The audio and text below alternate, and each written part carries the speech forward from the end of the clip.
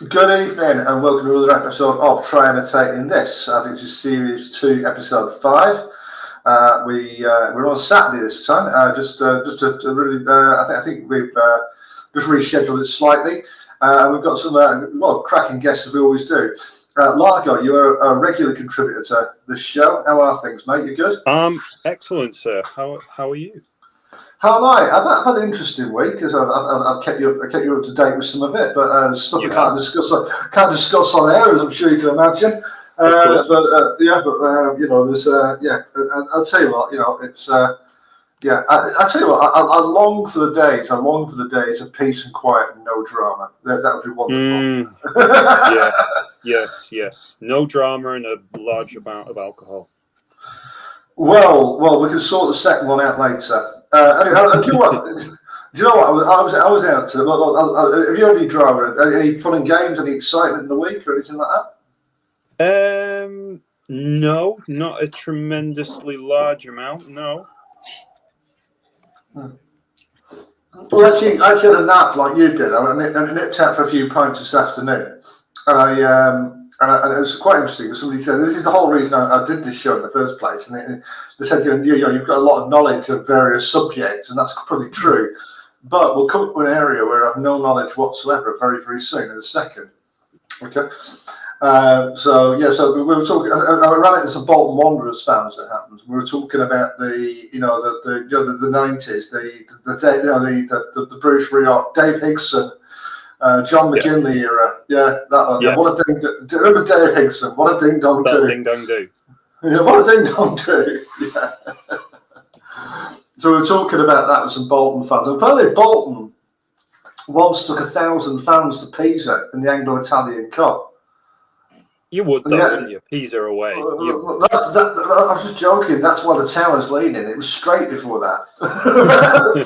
Before Bolton turned up. Yeah. That's a lovely away trip, that Pisa. Yeah, for sure. Yeah, one of them was saying I was there. I was in this cafe in Pisa and I could see the tower. Oh, yeah. Yeah, and I was bloody hell. I didn't realise this. It was the same night or the night after England had played San Marino and Bologna. Remember the one where San Marino went a goal up? Yeah, very early on. Yeah, and it was some people had come from Bologna to Pisa, so it must have been the night after or something. Yeah. So some people had come from Bologna to Pisa who were supporting other English clubs, and it was just a laugh riot basically. So it was interesting to catch up with some Bolton fans, and. It's always interesting to learn from people's stories and things like that. So that's great. More of that, please. Speaking, I think they need to get Big Sam back to restore their fortunes. Bolton Wanderers, yeah. Big Sam, right? Okay. They need to change the name of the stadium as well. What's it called? The bedroom fitting stadium. It was the Tough Sheet Stadium last time I checked. That's it. Top Sheet. Yeah, Tough Sheet. Yeah, but it was the Macron Stadium before that. It was named after the President of France, apparently. There you go. I was talking to a friend of mine last week, and is the stadium actually in Horwich? Horwich Parkway. Horwich. So if you go to, well, my mate's obviously not a Bolton fan, taking the mick out of his friend, the Bolton fan, and he says, "You're not Bolton Wanderers, you're Horwich Wanderers." Taking the mick Good out. point. Yeah. Well, that's an interesting thing because the Bolton thing, the old Bolton Stadium in the centre of Bolton. I was talking to these lads about it because on a Sunday, Largo, remember this, we used to watch Italian football as well. That was on Channel 4. Yeah. And then you flick over at the other side, and there'll be a Granada match on Channel 3. Yeah. But it might be Bolton, it might be Port Vale, it might be Burnley, whoever it is.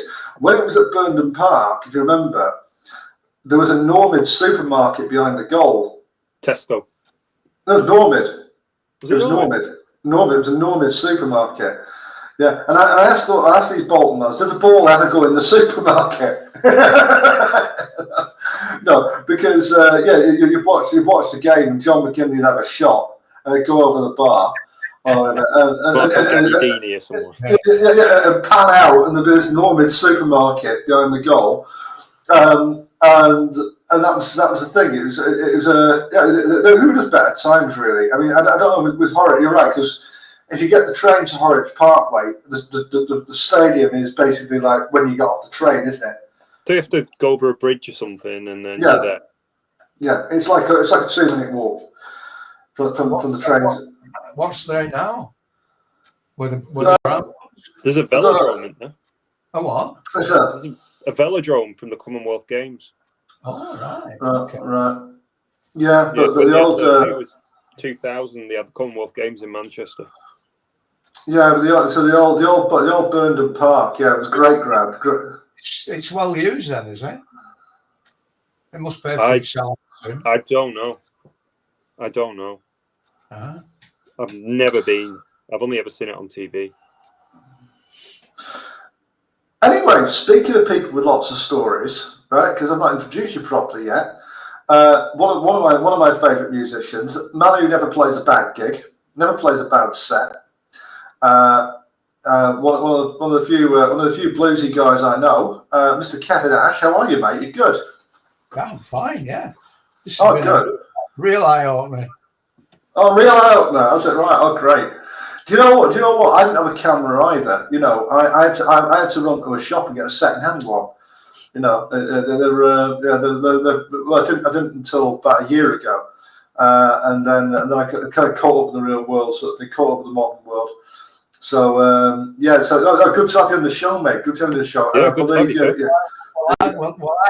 When I got your call, and then you gave me the link, and I'm not too good on this techno stuff, so I saw Tracy on Wednesday. I said, first thing she said, have you got a video camera on your computer? I went, what? So she asked me, so I actually bought one from Argus yesterday.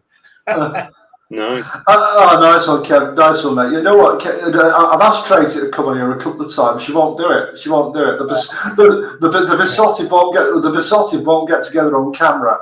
I can't think why. More worried when I got it out of box with a leaflet, and there's no instructions whatsoever. But actually, everything comes from you, doesn't it? It is quite simple when you look at it, but I didn't know that. Well, I'd be like asked to press a button here and there, and who knows? Anyway, we're here. Well, we appreciate the trouble you've gone to, Kev. Hey, Kev, you could have gone audio only, by the way. We would have been fine with you going audio only, but thank you for getting the camera, and you've got it for life now, mate. And I did ask Tracy again in a week. You know, do you want to come on the show sometimes? Hello. If I can do it, you can do it. Sorry? I'd say to her, if I can do it, you can do it. Yeah, well, there you go. You see, there you go. You know, have you seen her lately? What a bass player she's become. I've heard. Yeah, I've not heard her play bass actually. Yeah. I think. Yeah. Right, there you go. There you go. Small dinky bass as well, you know. Well, that was the joke I was going to get. You remember those little keyboards you could get? Those little novelty-sized keyboards you could buy. I was going to buy her one and said, "There you go, Tracy. I got it in your size." Well, I do get that. I get Rick checking at me like, you know. Oh, bless you. It's too big for you, that guitar. Why don't you get something smaller? No,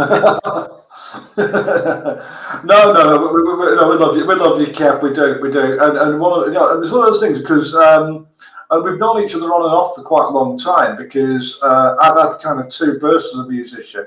One about sort of 16, 17 years ago, and one in the last few years, and as a poet as well. Yeah. And I knew you back then. I knew you from the Preston scene back then with when people like Keith and John Cruikshank were around. Right. And you were around. You've been around forever. So and the scene's been better for having you on it. You're the best of Preston as well. Yeah, number 13. Yeah, sure. Number 13. Yeah, for sure. I thought you were.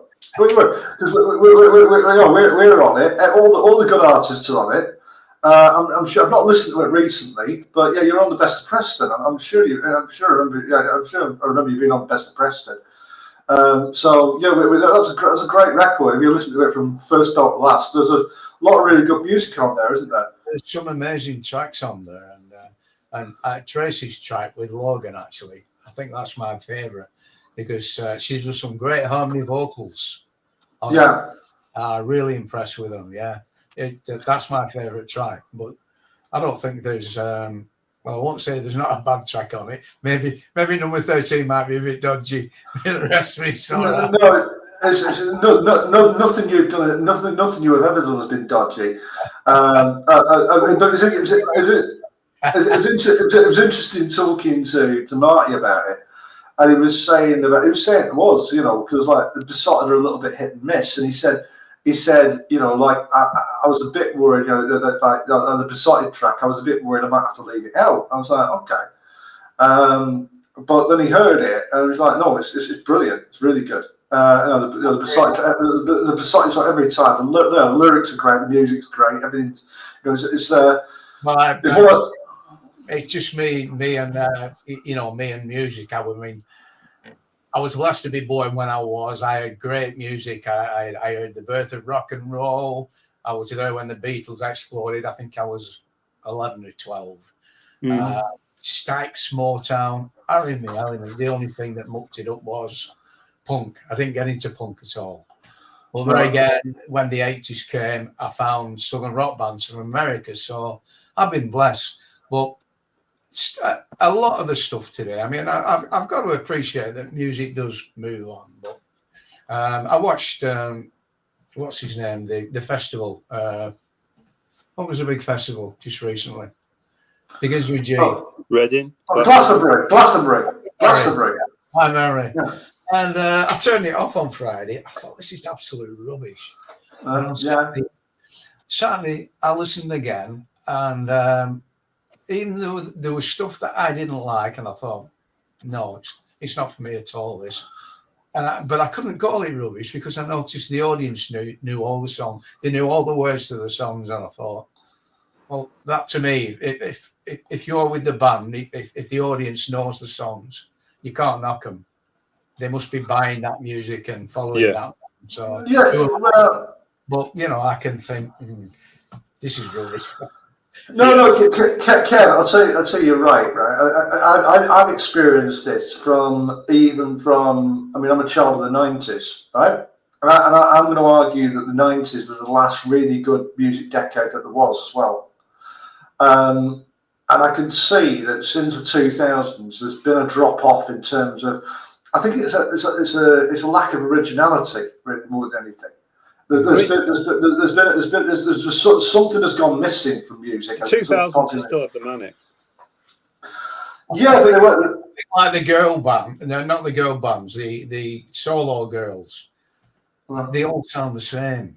There's only been like Adele, and there was one lass on there which I really rate. Her name's Rhea, and she writes her own music. And she made one album, and she wasn't happy with it, the way it was produced, and she got out of the contract, and she's just in the process of a follow-up, and I think she's cracking. Her performance on Glastonbury was spot on,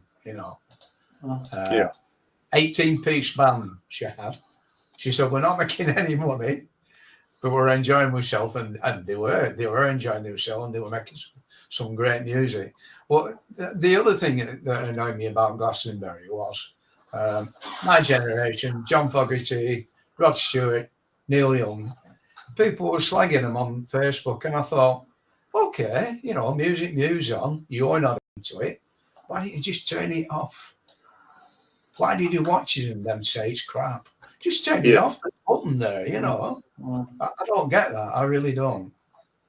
I mean, I like I've just said, I listened to some stuff. I appreciated it because the crowd was with them. Others, I thought, no, not for me. Rubbish. I mean, I don't know how bands are selected for Glastonbury. I mean, is there some kind of vote or? Well, the thing is, there are so many stages, aren't there? There's I mean, I believe Paul Carrot played the acoustic stage. Now, I never saw Paul Carrot on Glastonbury, and there's actually stages for like as low down as open micers. There are many stages going from, the big bands to front room strummers, basically, Yeah. So which is a good thing. But as I say, I suppose they can't film it all, can they? But there's you probably people who are there, maybe you just, oh, well, this sounds all right, we're going to have a look at this. And they've probably been quite impressed, and maybe they've create a new following for someone, who knows? It's a big investment of money to go, though. Oh, yeah. I mean, God, how much is tickets, A lot. That was the thing as well, which annoyed me about Oasis. How much the tickets were, 300 quid or so, aren't they? Oh my God, yeah, right. And they said, Noel Gallagher said, "Oh, we don't deal with that." And I thought, you're Oasis, you do deal with that. I mean, I follow Paul Carrick, Paul Weller. Now, them lads never overprice the tickets. They'll do so many huge gigs, which probably makes them the living. I mean, like last year, Paul Weller played George's Hall at Blackburn. What's that, about 2,000 venue? Yeah. So he probably did a low-key tour. Probably didn't make much money out of touring, but he'd have an album out. But to say that we don't control the tickets. Paul Weller's a good man, though. Oh, yeah. Paul Weller's a good guy. Yeah, I mean, that way, I don't know what that way to think. I don't know. I was teasing somebody about that not a moment ago, saying, Noel got an expensive divorce to pay for. Is that what this is about? I'm sure he'd already got enough money prior to that. I know a little about them because I wasn't a fan of them the first time. Right, but Parade is not another Oasis album. I quite like the first two Oasis albums. I think they're good. But to me, Oasis sort of morphed into being their own tribute band, really. They became kind of parodies of themselves. I hope there's no new Oasis material. The world doesn't need it. That's my view, really. But in the 90s, it wasn't what I was listening to. I can't watch tribute bands, and they just don't do anything for me. The thing is, Kev, I think the magic's gone out of popular music as well. So do you know how you used to watch, whether it was Top of the Pops or you might watch something like TFI Friday, and like the bands were part of popular culture in a way that they're not now. So sure. You don't have pop and rock stars in the way that you used to. Yeah, and you can't so you can't identify with them in that way. We were talking in the green room about people like David Bowie and Morrissey and people like that. You won't get these people turn up again because you would get David Bowie in films and things like that. I can't imagine any singer who's famous enough to appear in a film now. And you go, "Oh, I'm going to go and watch that film because so and so's in it." No. Yeah. No. You could with David Bowie. Mick Jagger, I think, did a film where he was Ned Kelly or something. I think it was about an Australian train robber. Yeah, Ned Kelly. Yeah, that was it. Right. I can't imagine any artist from today who's that famous who could get people paying money at the cinema to watch them in a film. No. Do you remember when Phil Collins depicted Buster Edwards, wasn't it? Wasn't a terrible film. I mean, it was entertaining. Phil Collins. A lot of what Phil Collins did was pretty terrible. I didn't think it was a bad film, that actually. I enjoyed it. Sorry? I didn't think it was a bad film, that actually. Yeah, but Buster, yeah, okay. I've seen much worse films. I mean, I've seen Green Street. I've still not seen that. Is that out of 10? What would you give it? Which film's that? Green Street. About 3 or 4. A 4. 3, I'd say. That bad.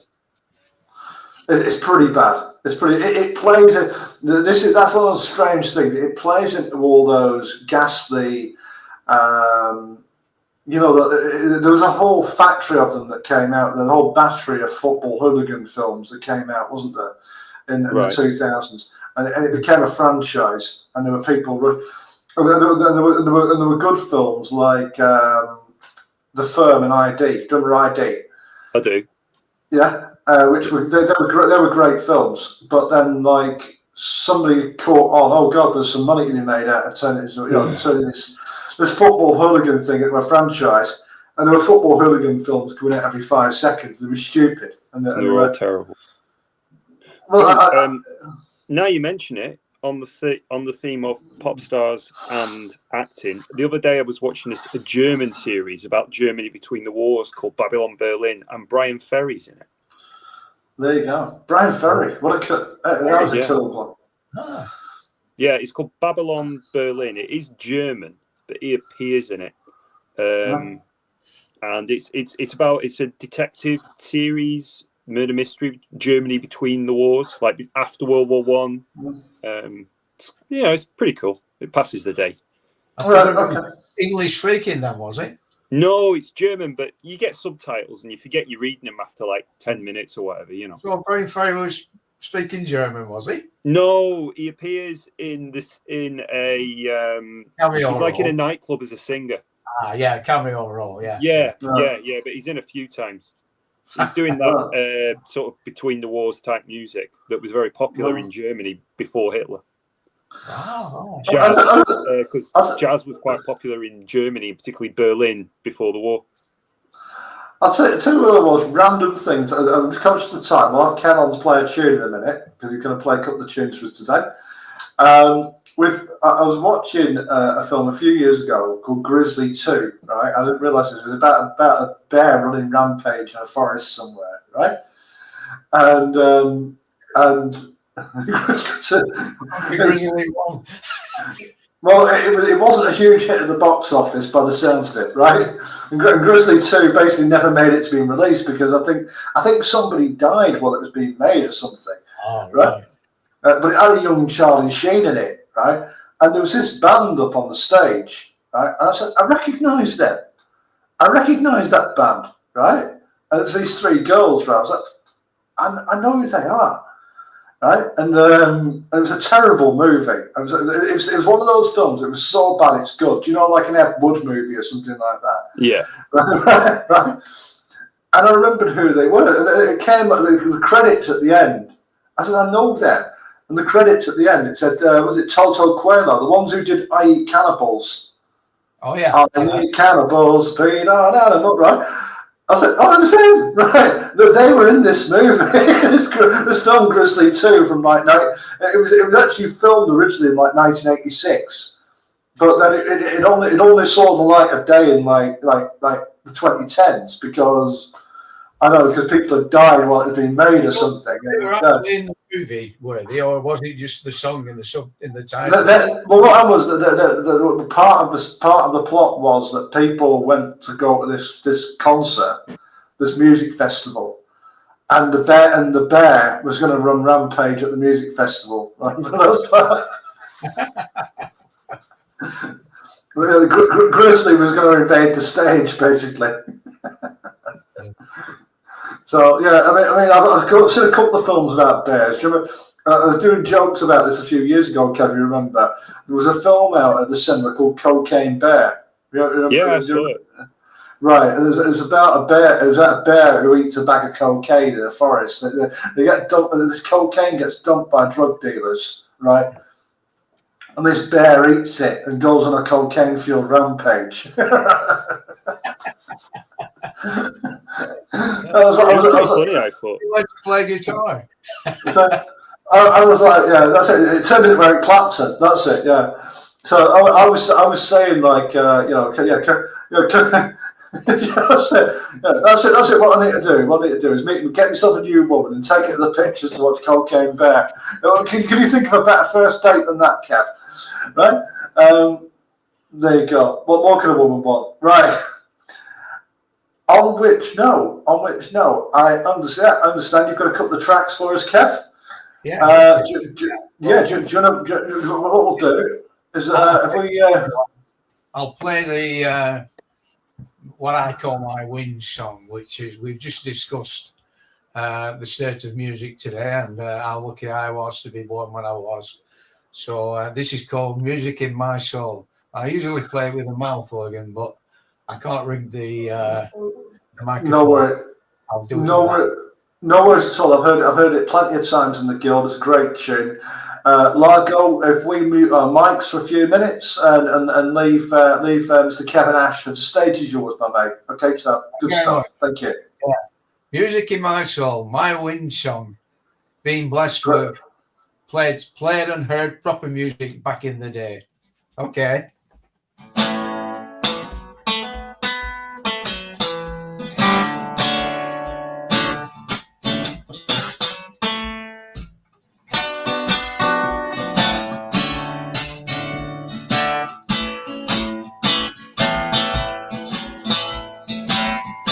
Got this music in my soul from a long time ago. You know it never leaves me, won't ever let me down. So when you lay me down, I'll leave word for a song or two to play for you from this music in my soul.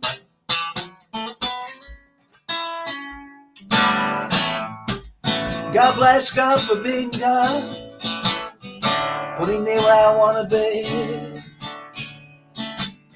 I may be missing a thing or two, but I got this music in my soul. So when you lay me down, I'll leave word for a song or two to play for you from this music in my soul.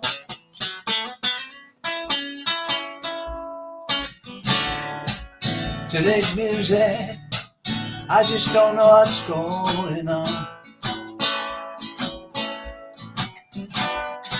But this music in my soul, I'll take it with me when I'm gone.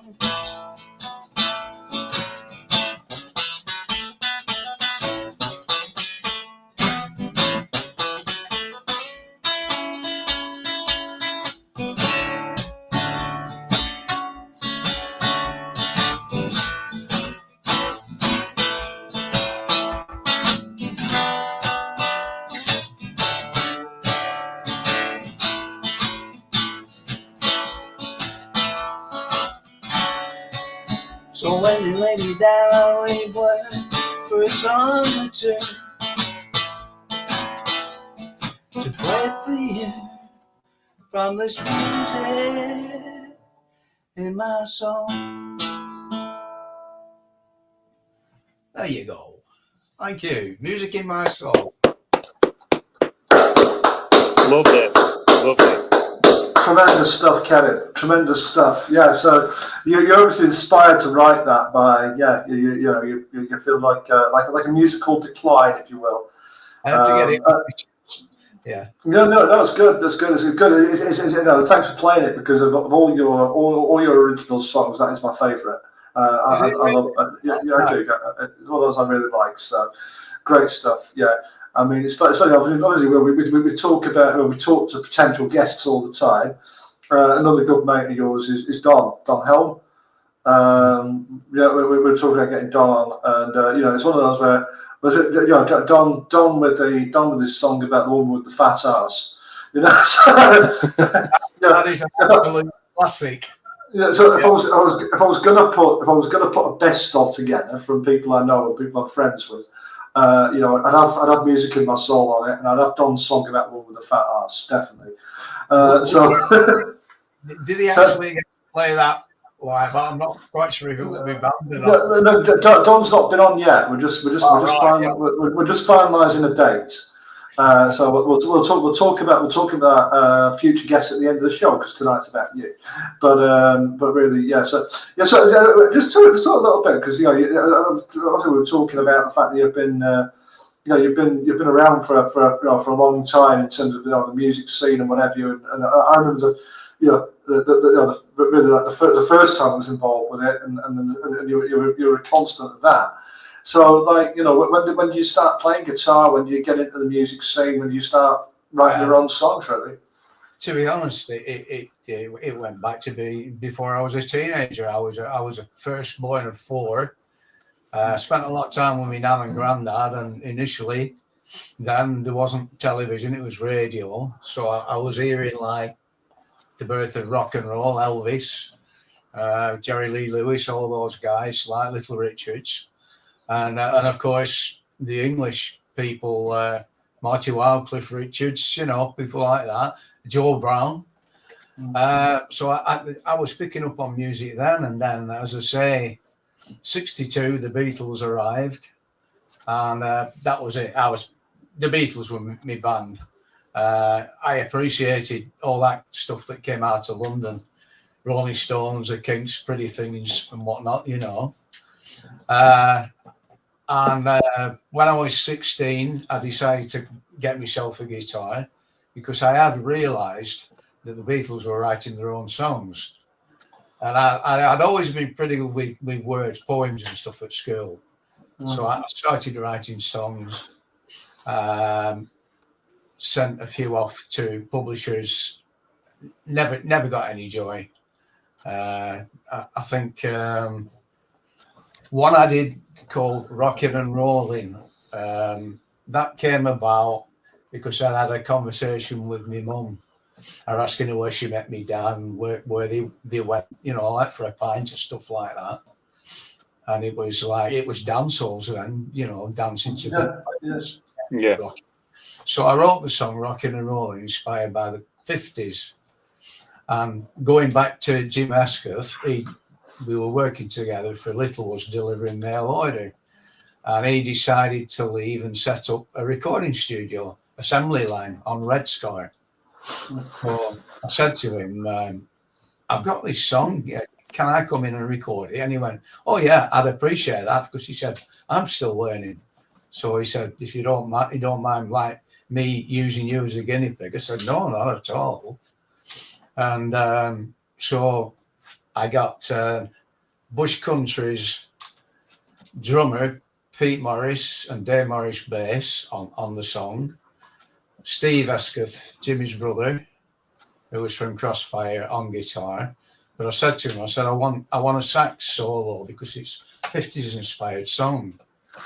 So Jimmy said, right, I'll get you this guy. It was 60 quid for a session. And this lad charged me 20 quid.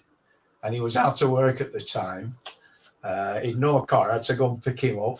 And when I got there, he said, on the way to the studio, do you mind dropping in a car battery off at my mother's? So we did that.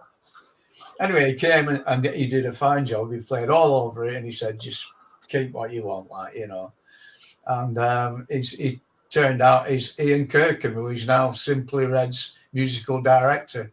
Right. So I tried for 20 quid.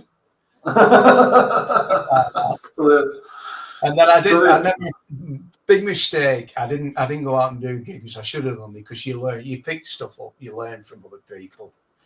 And it was 95. By then I'd become a postman. And a couple of the young lads, Al Williamson and Dave Hindle, decided they want to start a band.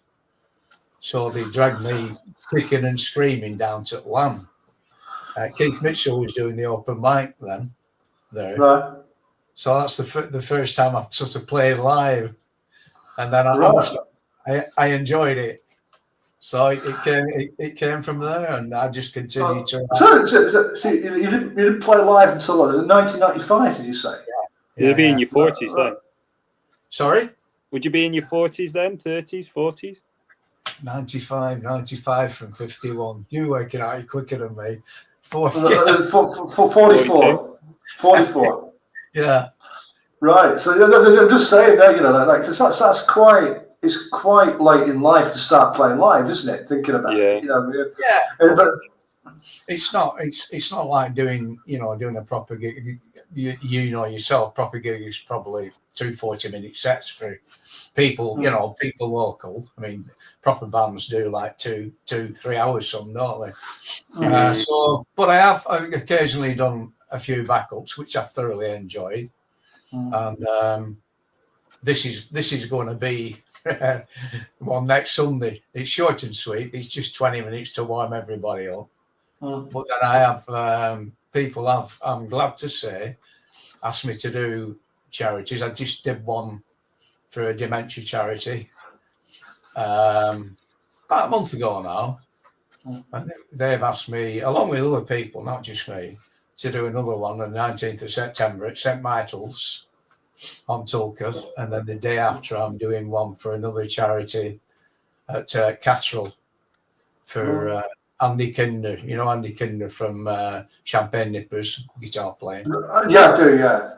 His wife's organising a charity event, so I'm taking part in that. So I'm enjoying it. I'm on live. It's great. I'm writing my songs. Which I couldn't sell a few, but there you go. And I'm playing, and that's what it's all about. Music. I'd be lost without it.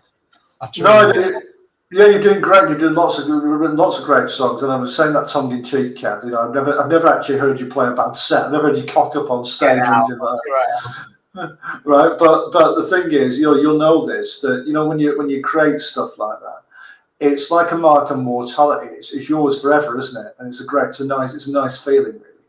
If you've written a song like the one you just played for us there, it's one of those things nobody can ever take it away from you. So you're doing great, and keep rocking, mate. Keep rocking.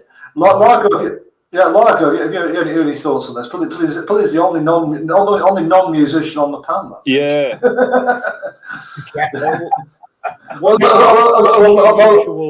What's your usual creative process for writing a song? Do you have a particular strategy?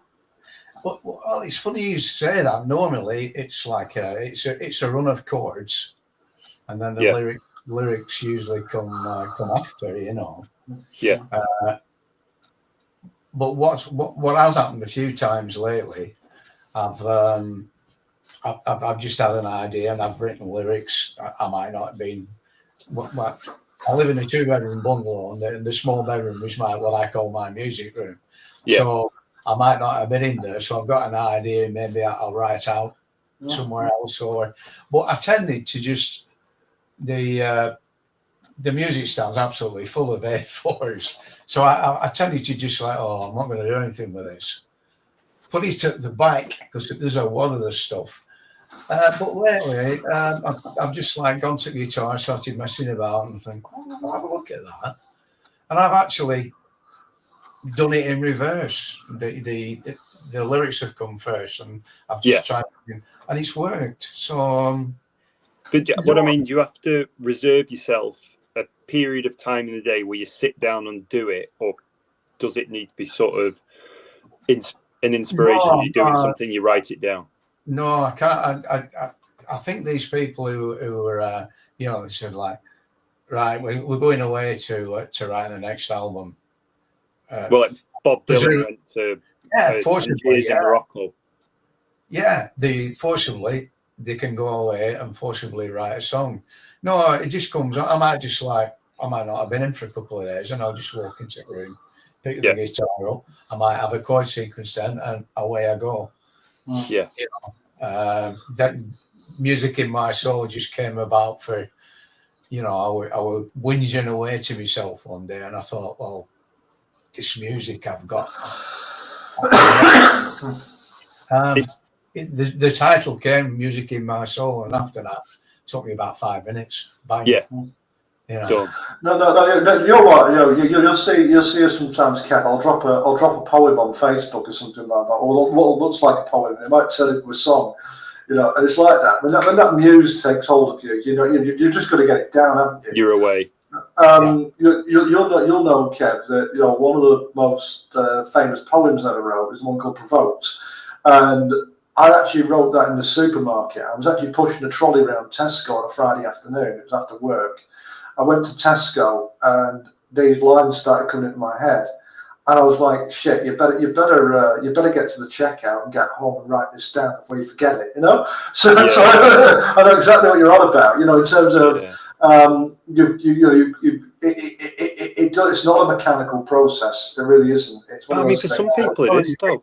It's like a comical thing, and I didn't continue it. We were playing up at Full of Loves. So you played up at Full of Loves at Longridge, the wine bar. I've never played there actually. That's the one with the open mic, though, isn't it? Our friend Duncan has an open mic there. Is that right? Yeah. Well, there's a toilet there. There's a couple of people stood in front of the door, and I went to pull the handle to go in, and Dave Indle and his mate, and he goes, "Someone in." So I stopped, and then they just started laughing. They went, "Somebody's pulling your chain." So I went in. I thought, that's a good name for a song. Someone's pulling your chain. So when I came out, I said to Dave Ingle, "Someone's pulling my chain, but I won't get filled again." The Who song. All right, yeah. Did we turn that into a song, Kev? We have we? Have we turned that? I don't think I'll continue that one now. Yeah. I think it's down the toilet. Oh God! Well, there you go. Yeah, one of our most famous numbers came out of a little drama I got over the. I remember telling you about them because they came in actually. They came in the guild, these two. When you had that joint set with Don on a Sunday afternoon a couple of years ago in the guild. Yeah. And they came in. So what had happened was they'd been on and off and on again and off again like 20 times, and they always used to live out their relationship on Facebook as well. They used to have they'd have the drama on Facebook. They'd have the getting back together and the making up on Facebook. Everything was public, like for public consumption, if you will. And I just got sick of the pair of them, just from both off, basically. And then she started trying to drag me into it. So she started trying to sort of like she was quite fond of bringing a third person into the relationship to just as a wind up sort of thing. And she tried dragging me into it. That's why I disappeared for a while because my head was about to explode. And I had something else happen not long before. But then that line came, that little chorus came to me that you've heard. Every time you break up and every time you make up, I know I'm going to wake up, read about it all on Facebook. Dead simple. But it's just one of those things. Because if you just think about things that happen in your own life, it's actually quite. If you write songs, you just drop a line and you think, oh, yeah. And bang. So what I actually do now, sometimes I'd start a song, I'd have the chord sequence and I'd start it, and then I'd think, oh well, I'll come back to it in 5 minutes. Now I don't. I write a line and I make sure I write another line. I tend to find it flows then. Yeah. If I leave it and come back to it, it doesn't work. Mm-hmm. So this is why it amazes me that people can say, "Oh, right, me and my mate's going to write an album next week." Yeah. Didn't the Beatles go off to India for 2 years and then? Yeah. Yeah. Well, Happy Mondays went off to Barbados. I mean, Lennon McCartney reckon that they just sat down and we're going to write so much stuff, and who can knock them? They're very successful, aren't they? Well, I mean, the author Roald Dahl used to treat it like a job. He'd wake up every morning like he was going to the office, go to the shed at the bottom of his garden, 9 a.m. He'd sit there from 9 a.m. to 5 p.m. just writing and working. And then 5 p.m, clock off, go home. Yeah. Oh, okay. That was his creative process. Yeah. And it worked for him. Yeah. Right. Okay. Well, it worked for him. I mean, what happens if he gets a flash of brilliance at 7:30 in the evening or something? Or yeah. Well, he just wasn't. I think he just wasn't thinking about it. Then he'd just wake up every morning, get a flask of tea, go to the shed in the bottom of the garden and write and work, and that was it. Right, 5 o'clock, clock off, go home. And he just, because he had contracts for books and he just produced them like that, like bands produce albums. Yeah, well, I mean that is something when you're contracted to write a book, your next book. I think it's a bit worse than a band being contracted to write an album. I mean, you could have like Virgin Records breathing down your neck saying, "Come on, we want an album, produce it." Yeah. He would have Penguin breathing down his neck, going, "Come on, we want another book." Want another book? Yeah. I just wouldn't. I don't think I'd like to be under that pressure to write a book. Maybe I could bluff it in some way if it was an album. Maybe with the help of someone else as well. Two people get together, 3 people. I mean, if you got a band like some bands, they have a songwriter, don't they? Now other bands, they get a full credit. All the 4-piece band, all involved in the credit. So if that's true, they all nip in. That's how it should be for that band. Great stuff. But I wouldn't like to be pressurized. I think that's why you tend some bands suddenly let your live album out for contractual reasons, don't they? Yeah, or the release of the best of. We're due a best of, I think, Kev. We're due a best of. I mean, you get situations where the record companies actually, said, "We don't like this." What do you do then? It has happened. It's happened where record labels have. I mean, what shocks me though, Ken, is like you get really bad albums by half decent bands. It does happen occasionally. I mean, like Joe Stonner from the Boxing Channel. He obviously it was a play on Joe Strummer. He's a big Clash fan, and I was teasing him about Cut the Crap when he was on last year. I was thinking, well, how the hell did the record label even approve the release of that? It's amazing what you're saying, but also the stuff that record labels actually authorise and actually release amazes me sometimes as well. Because a lot, I don't know. I think you're a bit like me in this, Kev. That you've got like a kind of line you won't go below. You've got like a minimum kind of standard that you wouldn't release anything worse than. Does that make any sense? Yeah. I mean, like some the very young bands, they'll say like, well, we want a hit record, and you think like, well, we're not a hit record band. We're an album band. There might be a hit record in the stuff we write, but don't pressurize us to write a hit single. I don't think it's as important these days, is it, with this streaming thing? No. Because they get an album and then the record company would say, well, okay, we'll stream that one. And it can make them a lot of money, but not like it used to be with a good, successful album. The money's not there anymore, is it?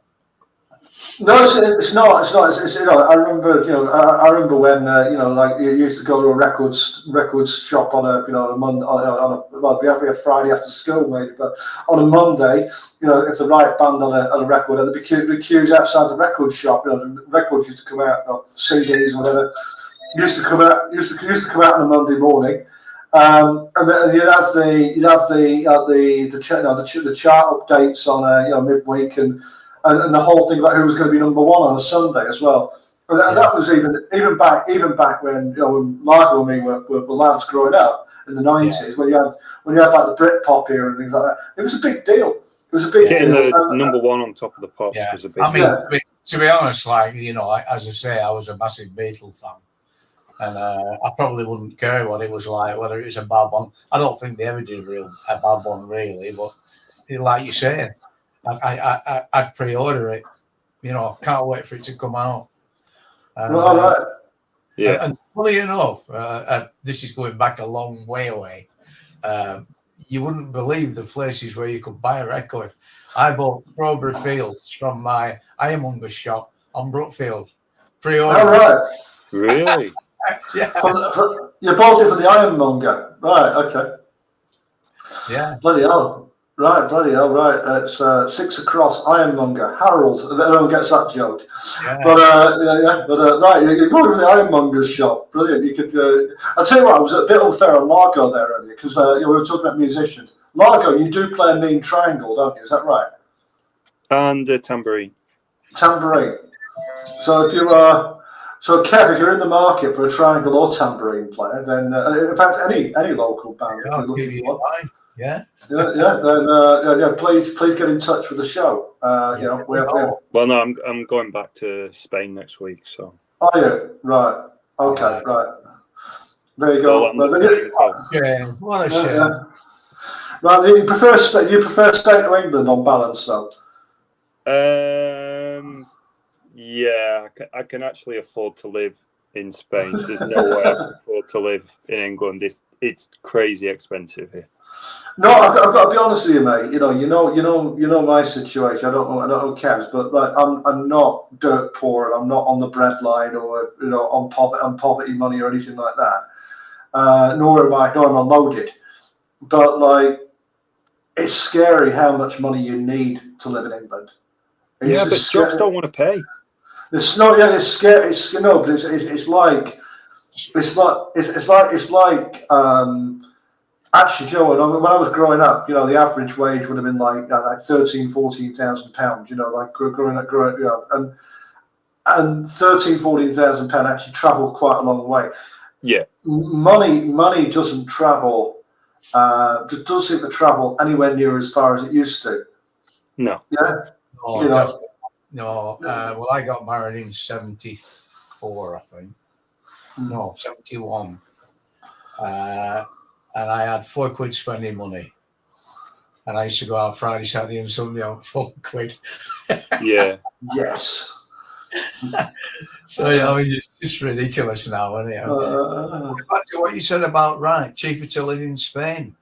Well, now, you don't get the exchange rate you used to do. So, yeah. No, but my point is, I feel the gap between what I would earn in England, and what the price of things is enormous. Whereas in Spain, the gap between what I earn and the price of things is much smaller. Right. Yeah.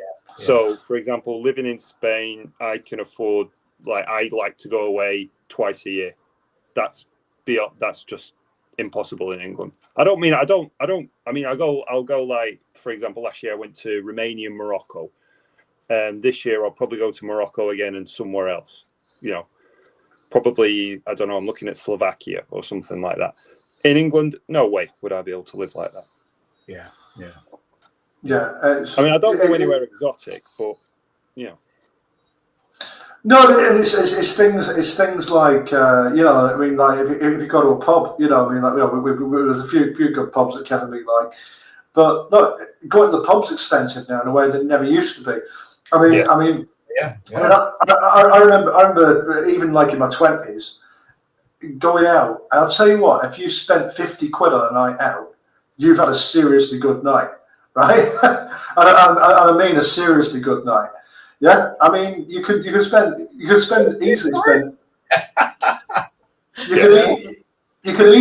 £50 on a Wednesday in the Guild at the open mic now. Easily, it could easily happen. And it just it's that whole thing, Largo and Kev. It's all that thing about. It's not the amount. It's not the number on the bottom of a pay slip. It's what it buys you and how far it goes. And the number just doesn't go very far at all in the way that it used to. It really worries me. It's like I get the vibe in England. It's not really your money. It's just money that you're the temporary custodian of. Like they pay you, and you're just the temporary custodian of that money, and then boom, it's going out. It's going out on bills. It's going out on rent. It's going out in your car.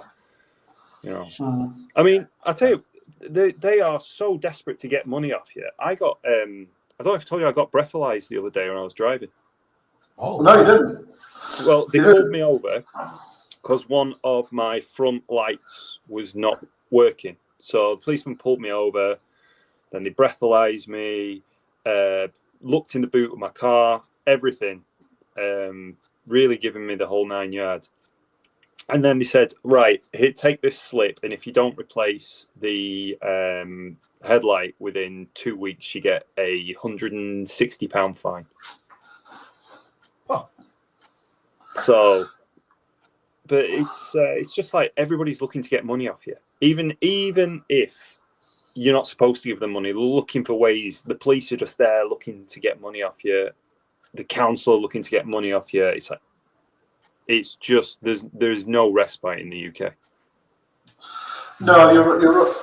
Well, there's nothing for us pensioners. You know, they took the race off us to help us out. They took that off us. That was nice. Last year, they said, "Oh, we've given you £400 rise." I said, "Oh, thank you very much." Yeah, right. But if you, I won't say been lucky enough, if you had the forethought to take a private pension out, that then pushes you up further over the tax rate, and you pay the rate. You pay more tax. So that £400 they gave you is 20% less because you're paying tax now on that private pension. You put away yourself. But by the way, Kev, that's money you paid income tax on when you earned it in the first place as well. Yeah. It's absolutely robbing bastards. Yeah, exactly. Yeah. I mean, I just feel like the UK is not set up for the average human. It's a shame. What Kev said is a really interesting point, though, because if they wouldn't have fueled away, and they're taxing people's pensions as well. Yeah. And this was the other thing.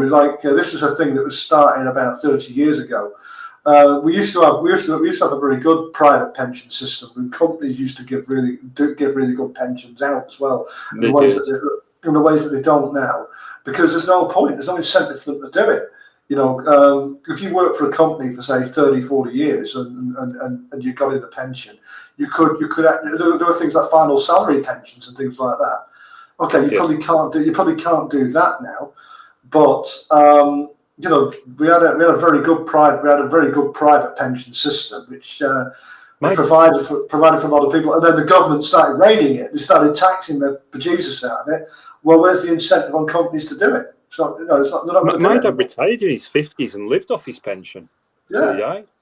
Yeah. Was that the army pension though? Yeah. No, right. Yeah, sure. I always thought when I was around 30 that then I should have had a choice to stop paying national insurance instalments and invest personally in a private pension. Yeah. I think that would have been the way to go, because when I look back, you know, I took a mortgage on when I got married. I've got a private pension. I'd have been better off not buying my own house, living off the state, not working. Absolutely. Yeah. Makes you wonder who are the mugs really. I'll tell you what. The only thing about that is, Kev, you've got to feel sorry for those poor saps who work for the Daily Mirror who lost their pension. Rob Maxwell ran off with it. Remember that? Yeah. These things do happen as well. You know, you get boat. Yeah. Allegedly, I'm sure if Robert Maxwell had fell off a boat, you'd all hear the splash. Right. A mate's guy came up with a great plan. He said the best way to do it now, he says, get on a flight to France. He says, and come back on one of them boats. He says, you'll be looked after. Spending money, that's the way to go. Well, it's been going on forever, that one, Ken. Do you remember the Grenfell Tower thing a few years ago when Grenfell Tower went down? Yeah. Right? And but there were fake Grenfell Tower victims who turned up. There were people claiming that they lived there, but they didn't. Were they really? Yeah, right. And they were up in hotels for like 18 months, some of these people. And I was there thinking, I can imagine the phone call now, you know, room service. Get me a tiramisu and a bottle of dessert wine for my grief. It reminds me of that scene in this comedy I used to watch, Bottom, where you got Rick Mail pretending he was in the Falklands War to try and get free drinks. Yeah. And he lost his leg. Well, what's that leg then? Oh, yeah, it's a fake one. Oh, no, yeah, when he said it was in the Falklands, that was it, that was it, It's not a real leg. Oh, no, they nicked, I'm just conscious of the time, they nicked that lad's, that lad who actually was in the Falklands, and he got his leg shot. And they nick his leg, and they pawn it off with Harry the Bastard, and they go and put the money on. They go and put the money on Sank Ken and the 330 at Chepstow or something, don't they? Yeah. And Sank Ken gets shot after the first fence or something. That was Bottom's. It came up in conversation with the Bolton lads actually. That's what we were talking about. We were talking about the one where he pretends to be the Duke of Kidderminster, and he goes to the dating agency and he meets that Latvian woman. Do you remember? I am the Duke of Kidderminster, extremely rich. Right, it came up at that, and he sells a kidney to buy caviar for her. Right. Yeah, great. Do you remember that one, Kev? Do you remember Bottom? Or do you watch it? Bottom, yeah. It was great fun. I'll have to put it on again. Okay, we have been going an hour, so we've got a final tune from you, Kev. Thanks for being with us. Do you want to introduce it for us? I thoroughly enjoyed it. Right. Do you want me to do a tune? Please do. Yeah, that'd be a great way to finish the show, I think. Right. This one's called, this is a blues tune, Hear My Train Rolling. Hear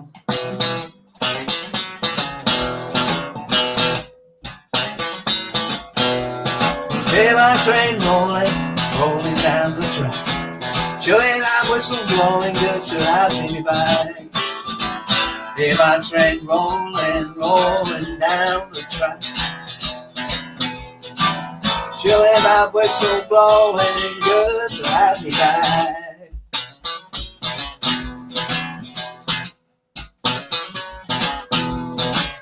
Been on the road for such a long time. Can't wait to get back to the love that's mine.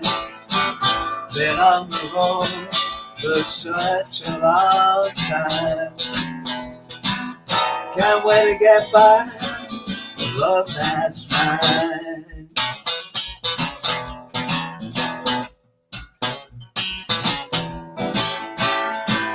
Oh, my sweet thing, she's such a pretty one.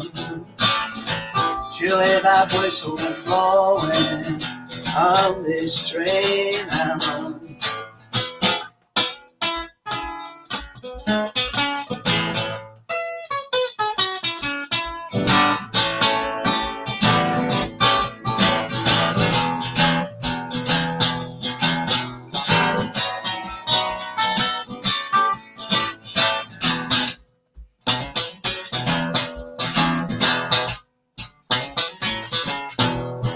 Hear my train rolling down to paradise. Sweet thing on the platform, paradise tonight.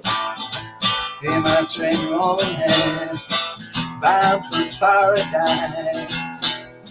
Sweet thing on the platform, I got a sweet thing on the platform. I got a sweet thing on the platform. They say paradise is nice. Thank you very much. It's been a pleasure. The one and only Mr. Kevin Ash never plays a bad set. Fantastic. Yeah. There you go. Has anyone else got anything else they want to wrap up on before we shoot off? I'll start with you, Largo. No, just delighted Morecambe won today, as well as Norfolk. Morecambe won. Great stuff. Yeah. What a good start, yeah. 98th minute winner. They've got the new. Are they owned by Indian Sikhs now? The Morecambe. Right? The manager is from India. Yeah. They are known as the Turbinators. There you go. They scored in the 98th minute, so that's can't be right. Well done to Morecambe today. Absolutely. They only one Lancashire and Cumbria team lost today. And who was that? Was that Blackpool? Yeah. Yeah. Yes. Barrow drew. Carlisle won again. Carlisle won again. Barrow drew.